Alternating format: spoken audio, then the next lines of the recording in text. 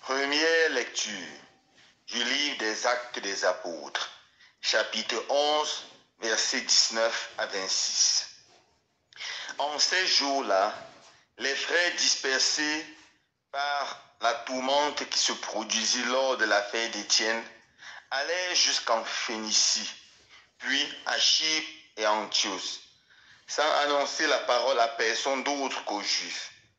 Parmi eux, il y avait qui étaient originaires de Chypre et de Cyrène, et qui, en arrivant à Antioche, s'adressaient aussi aux gens de langue grecque pour leur annoncer la bonne nouvelle. Jésus est le Seigneur.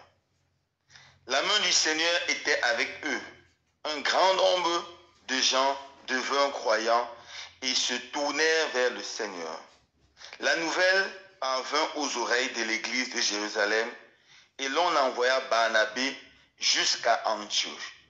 À son arrivée, voyant la grâce de Dieu à l'œuvre, il fut dans la joie.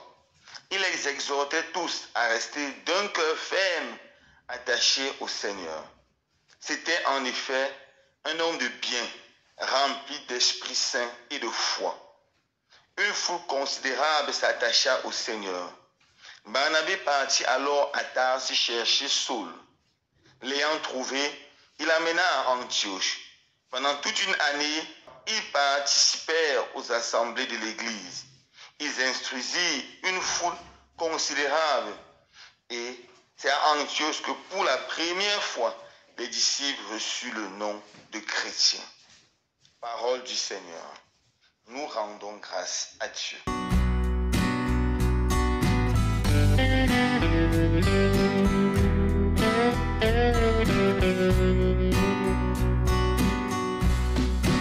Frères et sœurs bien-aimés, dans la première lecture de ce jour, Saint Luc nous présente les événements qui ont suivi la mort d'Étienne.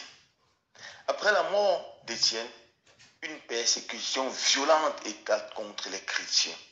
Les chrétiens sont pourchassés, torturés, emprisonnés. Et les chrétiens s'enfuient de Jérusalem. En chemin, ils se mettent à prêcher l'évangile, à prêcher la bonne nouvelle. Ils arrivent jusqu'à Antioche et là, ils évangélisent avec beaucoup de force, avec beaucoup de puissance. Et la main du Seigneur est sur eux. Une foule considérable de personnes acceptent la bonne nouvelle qui est celle-ci. Jésus est Seigneur. Ils acceptent Jésus comme leur Seigneur et Sauveur personnel. Et ils s'engagent à le suivre dans le baptême. Le nom du Seigneur est puissamment glorifié. La grâce du Seigneur touchera aussi beaucoup d'autres villes, telles que Chypre et Cyrène. Et beaucoup de personnes s'attacheront à la foi.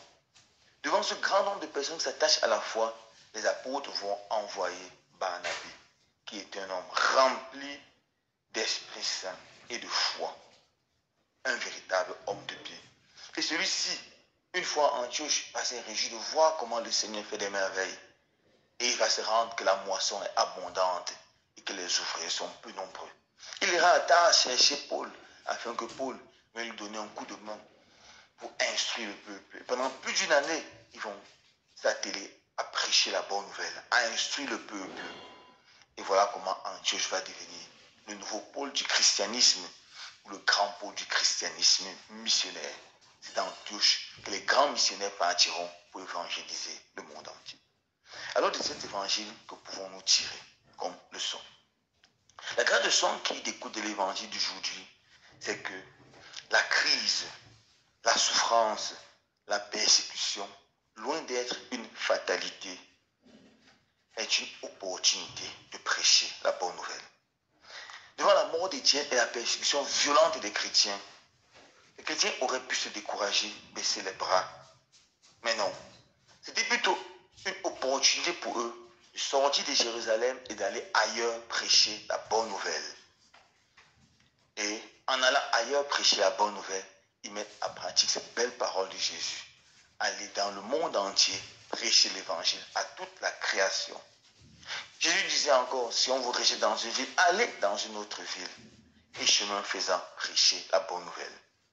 La persécution, la violente, a plutôt été une bénédiction pour le christianisme, car le christianisme a pu sortir de Jérusalem et aller prêcher la bonne nouvelle ailleurs, jusqu'à Antioche.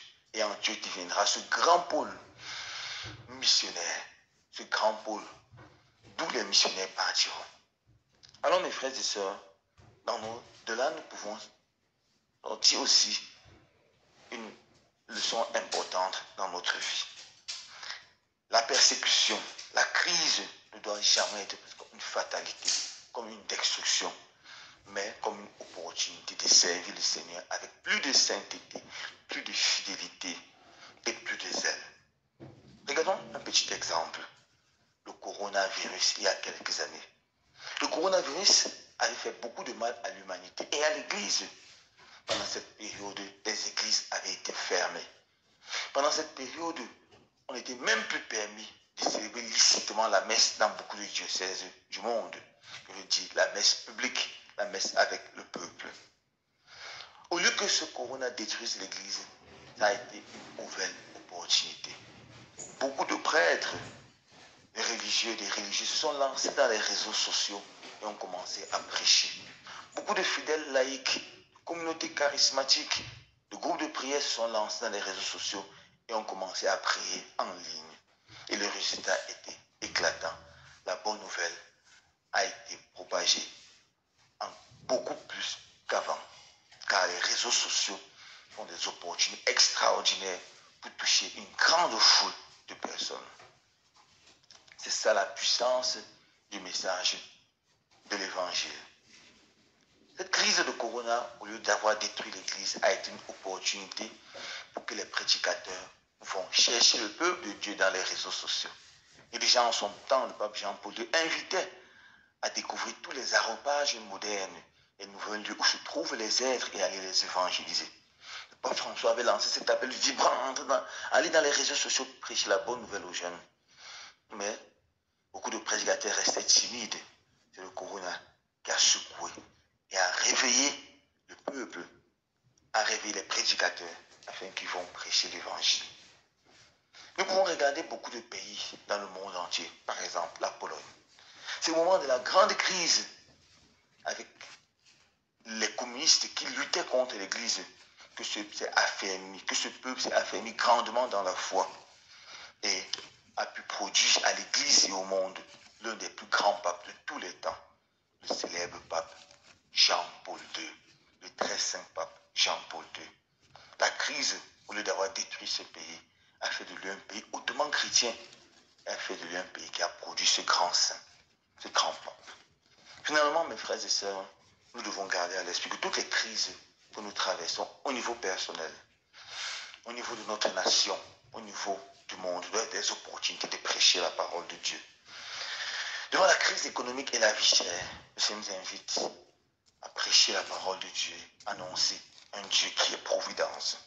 Devant la crise de l'argent et la dépravation de mœurs, le Seigneur nous invite à prêcher la pureté et la beauté de la chasteté et de la virginité.